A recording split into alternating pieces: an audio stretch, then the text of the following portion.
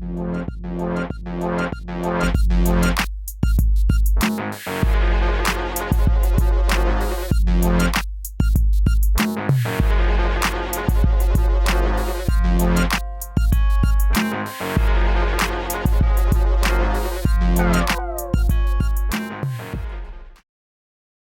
September 11th attacks fundamentally changed this country. Just under 3,000 people were killed that day and another 25,000 injured. The effects are still felt in many corners of our everyday lives and has become another moment where most of us can remember exactly where we were when we heard the news and how we felt in the horrific days afterwards. It was a particularly tragic day for Abington, as one of our own, Jeff Coombs, was among those who died.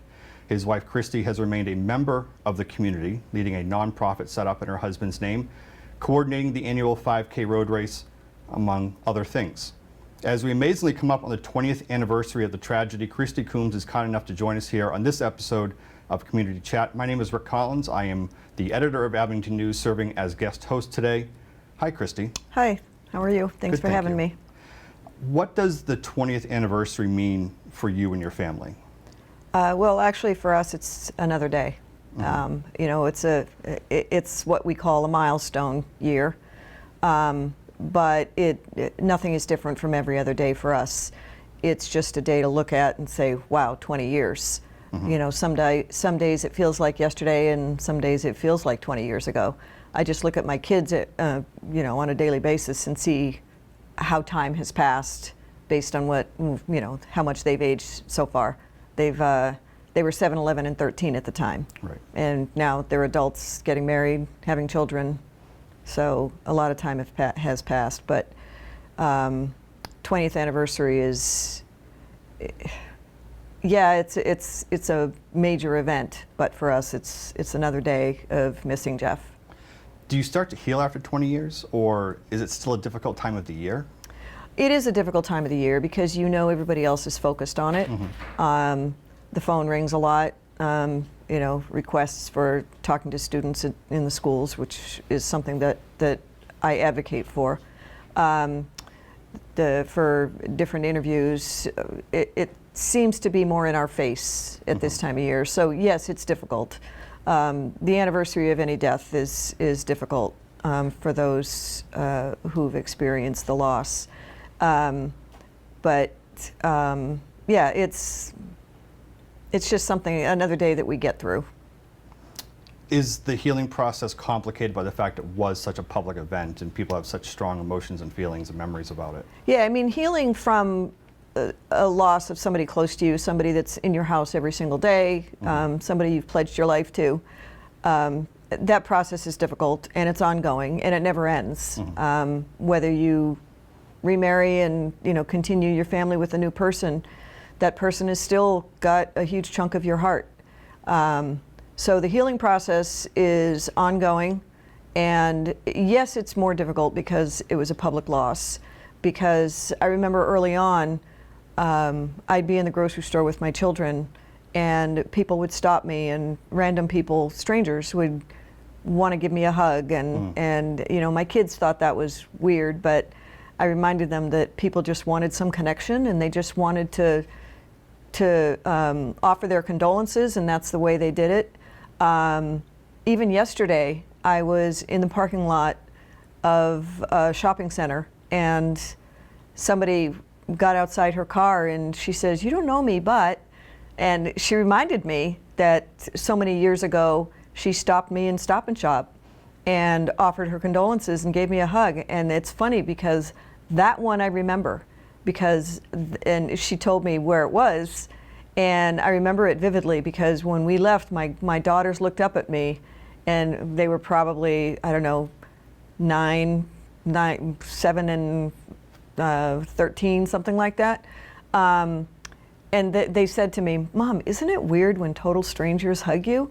And that's one thing I said to them, is I explained to them that people just wanted that connection. So the healing process is slightly more difficult, and it's also because it's a little cathartic in a way as well, because on September 11th, people know what you're going through. Yeah. Is there a balance between processing grief and trying to heal, and also desire to keep Jeff's memory alive. Yeah, absolutely. I mean, every family does it differently. And in our case, we decided to create the foundation because of the kindness that was shown to us. And I had a very innate need to find a way to pay it forward, and also selfishly to get me out of that deep hole of grief and find some place to put that energy in a positive way instead of continuing to feel negative and feel sad and feel angry at times. And so having the foundation was a vehicle for me to help me heal and help my kids heal and give us a distraction here and there, even though, you know, the events we were having were a direct result of because of my husband's death. It was still a little bit of a distraction because you get wound up in the planning and the event itself, and you see the people come out in support of you and your foundation and to remember Jeff, and it's pretty heartwarming. You've mentioned your kids a couple of times, and they were, as you mentioned, they were young when this happened. Yeah. And now they're getting married and starting families of their own. How does that impact them as they're becoming adults and starting their own families? I mean, it's, you know, we've been through 2 marriages so far. Not mine, my kids. 2 of my kids have gotten married, and 1 is getting married in October. And those were very bittersweet days, you know, more sweet than bitter, I have to say. I remember the morning of my son's wedding. My daughter came up to me and she said, "Mom, shed your tears now. This is a happy day. Dad would have loved this, and he can't be here, but we need to be happy for Matthew." And so Matthew and I had our moment. I gave him a picture of his dad, of him when he was about 2 years old, both with huge smiles on their faces. And I gave it to Matthew and I said, "This is a smile Dad would have on his face today if he were able to be here. Keep it in your breast pocket so Dad is with you for the day." And, you know, we both had our moment, shed our tears, and went on with a celebratory day. And my daughter Megan just got married in June of this year. And I did a similar thing with her. I put a picture of her and her dad in a pocket watch that I had given to Jeff when our first Christmas together, and had it attached to her bouquet. And again, I showed it to her and said, you know, Dad's with you today. And I shed a lot of tears, happy tears for Megan certainly, but also tears of what Jeff was missing out on and what my kids were missing out on and not having Jeff there. Yeah. And, you know, my son has a 1-year-old. And, you know, even looking at Brody and thinking how much Jeff would love to be a grandfather, and I'm sure how much Brody would love him because Jeff was just a big goof, and that's the way he would be with Brody. So, you know, it's a lot of different feelings mixed into one. So, as you move forward with the Coombs Foundation, Coombs Fund, what has you been able to accomplish over the past 20 years? Is there anything particular that you're particularly proud of? I'm proud of the fact that we've been going strong for 20 years. Yeah. You know, the road race was started because a friend, Donna Cherry, wanted to bring the community together on the first anniversary in remembrance, and just because she figured they would need someplace to go to be together. And so she started the road race, and it was so huge, it just took off, and it went on for another 5 years, and then at 5 years, she said, "If you wanted to continue, I'm handing it over to you." So it kind of fell in my lap, and we decided to keep it going, and every 5 years we revisited, is now the time to end it, is now the time to end it. And at 15 years, we decided that 20 years would be the time to end it.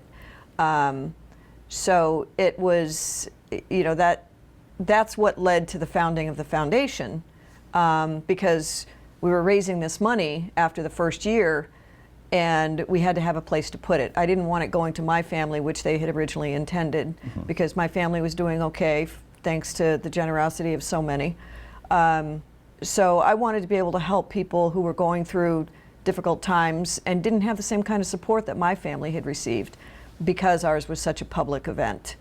So we created the foundation from the road race money and just kept it going for 20 years. We've done We've raised and distributed more than $1 million in the 20 years. Oh, wow. We've done probably about 100 Abington High scholarships, ranging in from $500 to $1,000 each scholarship. We've helped military families. For 9 years, we hosted a huge party for military families who were deployed through the holidays or who lost a loved one as a result of post 9/11 service. We helped families who were going through hard times because of death or illness or other circumstances beyond their control.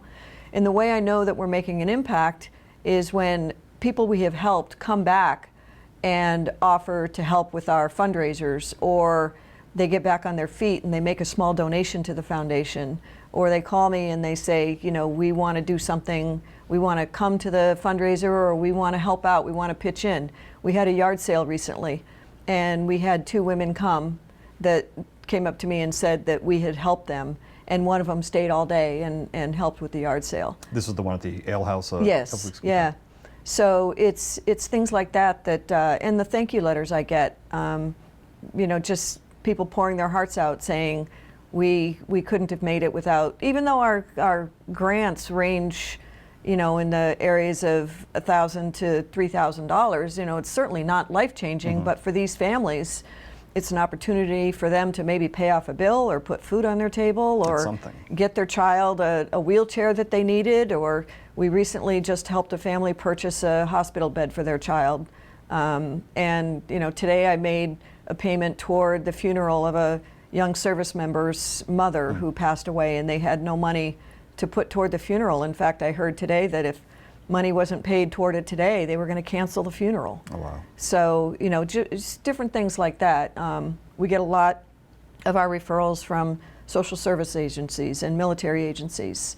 And the fact that we can help them through a difficult time is, it makes me feel good, and it makes my kids feel good, because they'll call me and say, I heard about so-and-so, can you help them?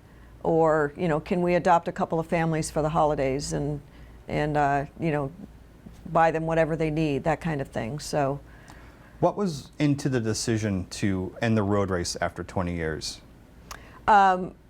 Because there were a lot of different factors. You know, every time we talked about it, I got a knot in my stomach and thought, you know, geez, I don't know if I can ever let this go. And my brother-in-law, who's run a lot of road races, he said, you know, at some point you have to let it go. You want to end on top.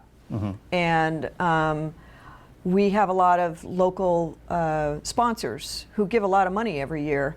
And I thought, we need to give them an out. You know, maybe there are other organizations they want to support, but they've supported us for so long. It's like, well, how do we turn away from them? My committee, I know my committee's tired. They've been committed to me for, a lot of them have been committed to us for 20 years. And it's a lot of work. And also just, I felt like it was time. You know, my kids feel like it's time. And so we made the difficult decision that 20 years was a good time to do it. A lot of these charity runs will end at 10 years. And so 20 years is a long run, pun intended, for this to go on. Well, I mean, it's not just a run. It's a big afternoon event. It's all sorts of activities for kids. And it starts at, basically people start showing up at 7:30, 8 o'clock in the morning. We're out of there by usually noon or 1 o'clock, especially if it's a game a day where the Patriots are playing, which it usually is. And so people want to get home and watch the Patriots. But yeah, it's a big event. You know, we've gotten great donations from people around town. Country Rentals donates everything we need to put the event on, and we're extremely grateful for that. And people give up their Sunday morning to come. I know United Church of Christ actually alters their services for Sunday morning so everybody can come participate. And Reverend Coburn is on my board, but she wasn't on my board when they decided to do this. And she said they've just gotten so much feedback that people wanted to come, but it was in the middle of their service. And so they decided to change their service time on that Sunday so that people could come guilt-free. And I remember I talked to Father Butler when he was a pastor at St. Bridget and apologized for having it on a Sunday. and taking people away from church, including myself. And he said, the good work you do from what you're doing, I give you dispensation. And one of the main reasons that we changed it after the first year from Saturday to Sunday was because of soccer, because soccer then was so huge in Abington that, you know, we didn't want to conflict with soccer. We didn't want soccer to have to take a bye for that Saturday. And so we decided to do it on Sunday. This year I talked about maybe taking it back to Saturday because Saturday the 18th, it was actually Jeff's birthday, and I thought it would be good to end it on Jeff's birthday. But my kids reminded me that people now expect it on Sunday. And there are a lot of people that work on Saturday that can't come if it's on Saturday. So we decided to go ahead and have it again on Sunday. What will this year's event be like? Hopefully the biggest one yet. You know, we're conscious, we're very much aware of what's going on with the pandemic. I'm watching it very carefully. I'm concerned, but I'm also hopeful. You know, I'm checking in with Marty Golightly on the status of the town, and I'm watching the CDC regulations, the state regulations, and if they say it's not safe to gather, we will not be having this. And I asked my committee, I said, what happens if we had to cancel? And I said, do we just kind of slide out into the sunset, or do we host one later and have our last hurrah? And they said, you definitely have to have your last hurrah. Right. So if for whatever reason this was canceled, we would have something at a later date. But you know, we're hoping it will be just another fun, big event with the same kind of activities we've had before. One thing that's different this year for the adults is we're having a beer tent. And it's just something I wanted to do. I've been to a lot of road races where they serve beer to the of-age runners, of course. Before the race or after the race? After the race. After the race. And it's still, you know, early on a Sunday morning, so it's all kind of funny. But we got approval to do it.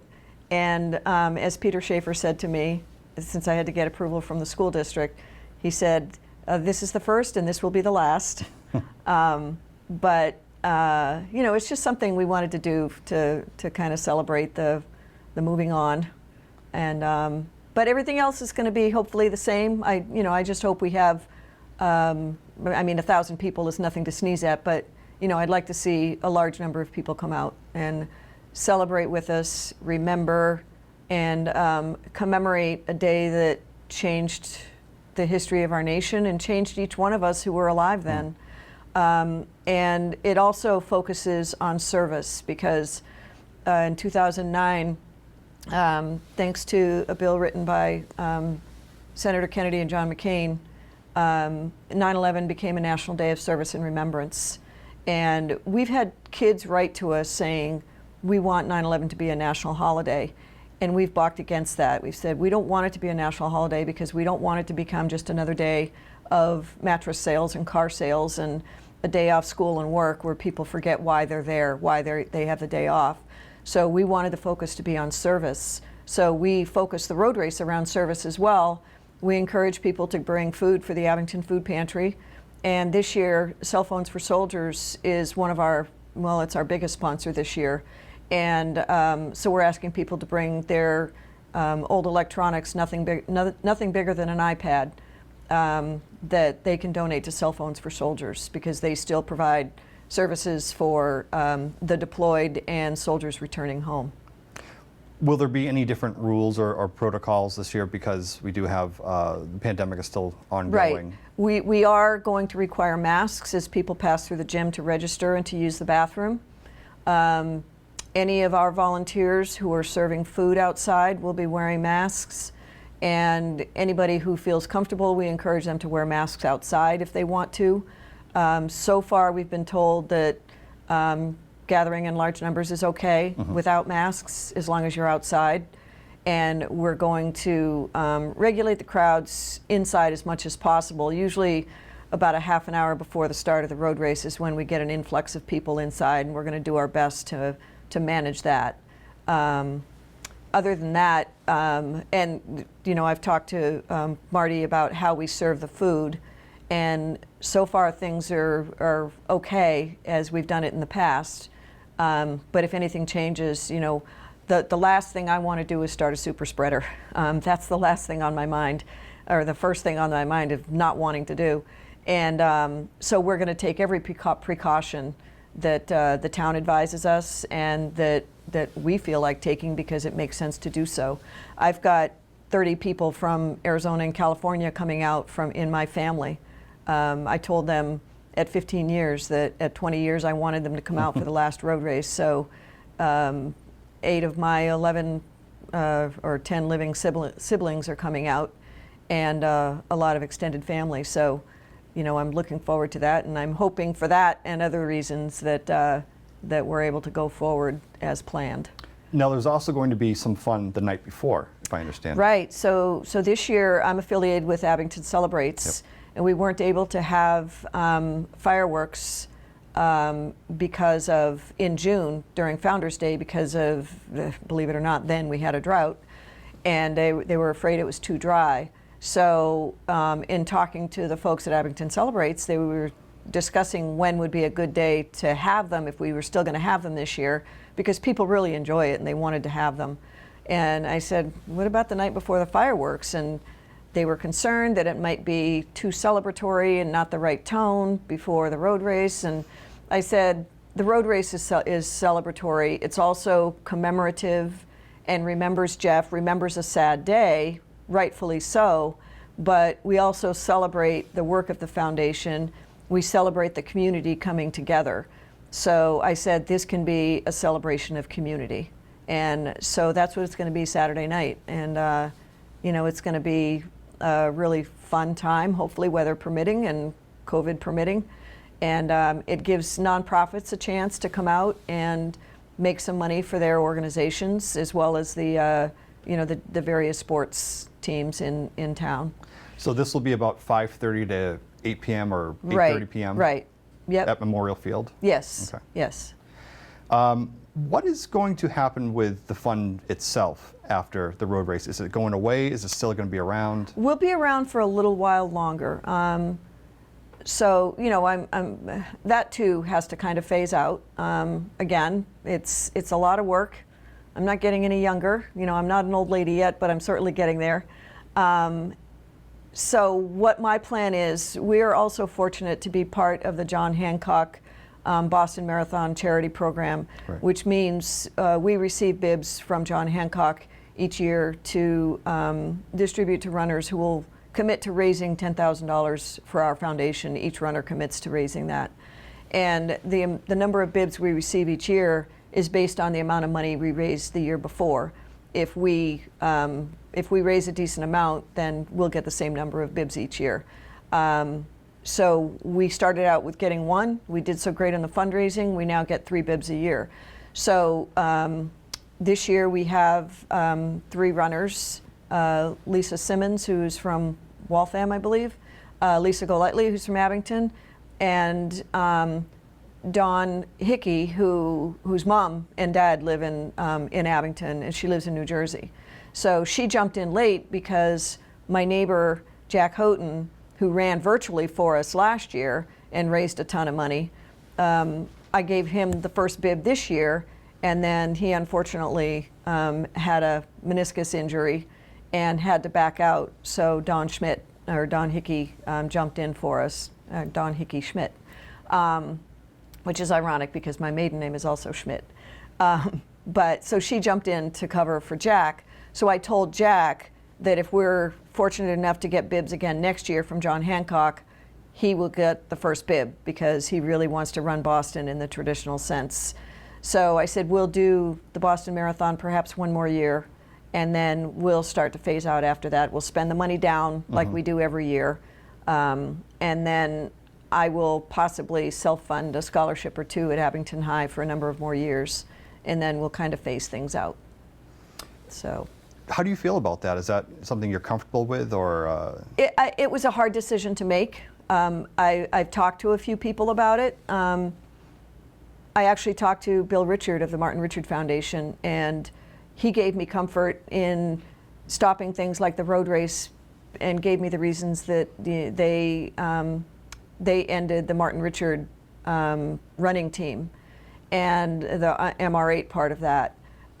So I've talked to a number of different people. I've talked to the Charbonnaires who ended the the Charbonnaire run after 10 years, and then at 20 years they had a one and done run. And so it's, you know, it's all difficult. It's a difficult situation. It's a difficult decision. But what I want people to know is just because this is 20 years and just because we're starting to phase out things doesn't mean we want people to forget. It doesn't mean we're giving them license to just say, oh, you know, 9/11, 20 years ago, 25 years ago, in 5 years. We don't have to remember because they stopped the foundation, they stopped the run. That's not what we're saying at all. We're saying that everything has a time to end. And, you know, as the saying goes, all good things must come to an end. And there are things that I want to do. You know, my family wants me to come spend some more time in Arizona. And, you know, as I said earlier, my kids are having kids and I want to spend time with them. And I want to travel without being held down by saying, oh, I can't because I have this fundraiser and, you know, things like that. So there are selfish reasons I'm ready to let it go, but there are also logistical reasons and emotional reasons. Yeah. So last question for you. I'm the father of two smaller children. I have a 6-year-old and a 10-year-old, and this is a subject we haven't yet brought up, but it's going to be very much in the conscience of the nation in September. Right. Do you have advice to parents on how to talk about this? Because kids aren't going to be able to avoid, you know, seeing and hearing about it. Right. So do you have advice to parents on how to discuss the topic? Gently. The younger kids, it's more difficult, and I almost not necessary unless they have a direct connection.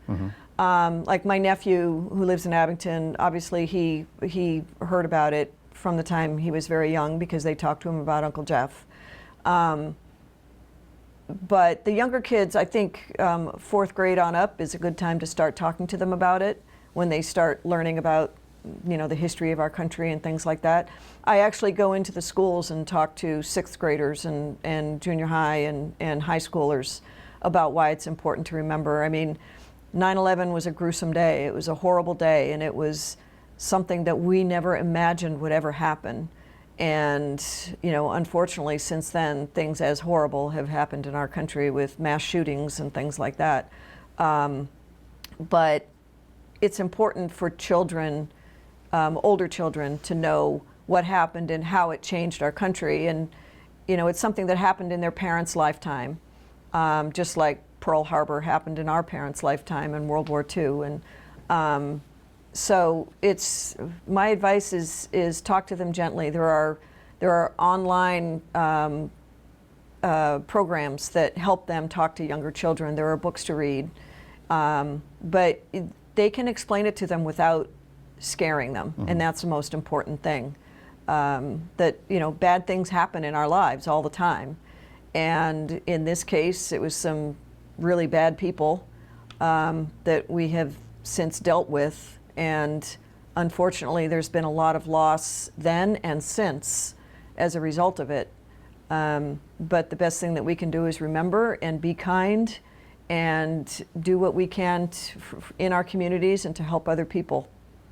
Christie, thank you very much for your time. Thank you for all you've done for our community, and I know that the community is going to be thinking about you and your family on September 11th. Thank you. I appreciate it. Thank you for being a guest on Community Chat. Sure. Thank you.